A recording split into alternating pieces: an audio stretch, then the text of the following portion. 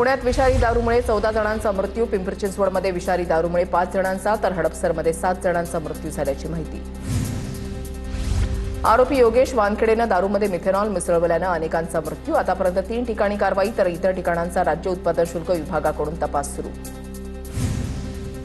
विषारी दारू प्रकरणातील मुख्य आरोपी कर्नल सिंह विरखा अटकेत असल्याची पिंपरी चिंचवड पोलीस आयुक्तांची माहिती, तर फॉरेन्सिक टीमनं दापोडी पोलीस ठाण्यातून विषारी दारूचे सॅम्पल घेतले।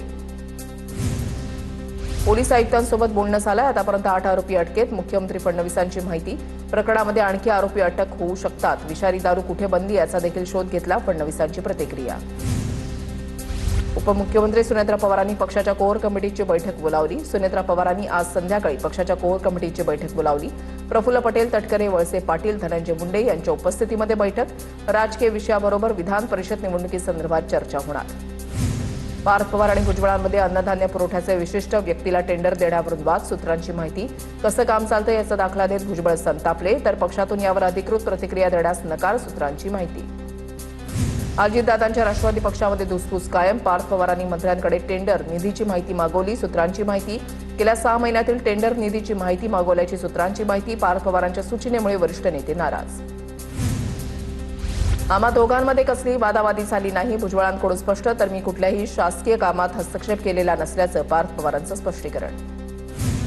अर्थ खातं आमच्या पक्षाचं, लवकरच अर्थ खातं मिळेल अशी आम्हाला अपेक्षा, उमेश पाटील यांचं वक्तव्य, तर दादांच्या निधनानंतर खातं मुख्यमंत्र्यांकडे तात्पुरतं दिलं होतं, उमेश पाटील यांची प्रतिक्रिया। अजित पवारांनी स्थापन केलेला पक्ष भविष्यात राहणार नाही, भुजबळ, पटेल, तटकरे, हसन मुश्रीफ आणि मुंडे आता पक्ष फोडल्यानं पश्चाताप करत असतील, सर्वांना आता भाजपच्या वळचणीला बांधण्याचं वाटत असेल, राष्ट्रवादीमधल्या अंतर्गत कलहावरून राऊतांची प्रतिक्रिया। अहिल्यानगरमध्ये विधान परिषदेच्या उमेदवारीवरून राजकीय वातावरण तापलं, आमदार संग्राम जगतापांचे बंधू सचिन जगतापांनी उमेदवारी अर्ज दाखल केला, महायुतीमधील घटक पक्षांचा या जागेवर दावा सुरू। पुण्यातील विधान परिषदेच्या निवडणुकीमध्ये राष्ट्रवादी विरुद्ध राष्ट्रवादी लढत होण्याची शक्यता, महाविकास आघाडी देखील पुण्यात निवडणूक लढण्याच्या तयारीत, शरद पवारांकडून निवडणुकीसाठी तयारी करण्याच्या सूचना, शरद पवारांनी उमेदवार ठरवल्याची देखील माहिती। नाशिक, नांदेड, साताऱ्यामध्ये लढण्याचा आमचा विचार सुरू, पण लढण्यासाठी आमच्याकडे पुरेसं संख्याबळ नाही, राऊतांचं वक्तव्य, तर कोकणची जागा लढवण्यासंदर्भात चर्चा सुरू, राऊतांची माहिती। राधाकृष्ण विखे पाटील आणि प्रसाद लाड आज जरांगेंना भेटणार, यावेळेला उदय सामंत देखील उपस्थित असणार, तर सरकारची भूमिका कळल्यानंतर जरांगे उपोषण करणार नाहीत, मुख्यमंत्र्यांशी चर्चा केली ते सकारात्मक, विखे पाटील यांची माहिती। सरकारचं ऐकणार, सन्मान करणार आणि शिष्टमंडळाशी चर्चा करणार, मात्र आता थांबणार नाही, सरकारच्या आश्वासनानं मराठा समाजाचं पोट भरत नाही, जरांगे पाटील उपोषणावर ठाम। 961 गुन्ह्यांपैकी 61 गुन्हे मागे घेण्याचे बाकी, मराठा आंदोलकांवरील जवळपास 95% गुन्हे मागे घेण्यात आले, मंत्री राधाकृष्ण विखे पाटील यांची माहिती। सरकार आमच्यासाठी कुठेही सकारात्मक दिसत नाही, 58 लाख नोंदी सापडल्या, प्रमाणपत्र का दिले नाहीत, जरांगे पाटलांचा सरकारला सवाल, तर आंदोलन मोडीत काढण्याची भाषा बंद करा, गुणरत्न सदावर्तेंसह विरोध करणाऱ्यांना जरांगेंचा सूचक इशारा। मराठा समाजाच्या प्रश्नांसाठी सरकारला 10 महिन्यांचा वेळ दिला, त्या काळामध्ये काय केलं, जरांगेंचा सवाल, तर उन्हामध्ये जाळून घेणं सोपं नाही, स्वतःला भाजून घेणं ही अग्निपरीक्षा, तर एसीमध्ये बसणाऱ्या सरकारला गंमत वाटते, जरांगेंची टीका। दादा मी येतोय, शब्द पाळायला येतोय, जरांगेंनी उन्हामध्ये स्वतःला त्रास करून घेऊ नये, प्रसाद लाड यांची मनोज जरांगेंसाठी भावनिक पोस्ट। ओबीसींच्या आरक्षणाला धक्का लागल्यास रस्त्यावर उतरणार, राष्ट्रीय ओबीसी महासंघाचे अध्यक्ष बबनराव तायवाडे यांचा सरकारला इशारा, मनोज जरांगेंना आमचा विरोध नाही, तायवाडेंचं वक्तव्य। रोहित पवार कुलूप घेऊन पुण्यातल्या सीआयडी कार्यालयात, दादांच्या अपघाताला 4 महिने पूर्ण, तपास होणार नसेल तर कार्यालयाला कुलूप लावा, रोहित पवारांचं वक्तव्य। अजितदादांच्या विमान अपघाताबाबत सीआयडीच्या अधिकाऱ्यांनी उडवाउडीची उत्तरं दिली, मोठ्या नेत्यांकडून अजितदादांना कसा न्याय दिला जाणार नाही यासाठी सरकारमधील मोठ्या नेत्यांचा प्रयत्न, रोहित पवारांचा गंभीर आरोप। प्राजक्त तनपुरे उद्या भाजपमध्ये पक्षप्रवेश करणार, उद्या दुपारी 3 वाजता रवींद्र चव्हाणांच्या उपस्थितीमध्ये पक्षप्रवेश होणार। विधान परिषदेच्या निवडणुकांवरून महायुतीमध्ये मतमतांतर, जिल्हा परिषदेला भाजपकडून मिळालेल्या वागणुकीवरून शिवसेनेमध्ये नाराजी, भाजपकडून मिळालेल्या वागणुकीवरून सेना नेते पदाधिकारी नाराज, अनेक जिल्ह्यातील पदाधिकाऱ्यांनी नाराजी बोलून दाखवली।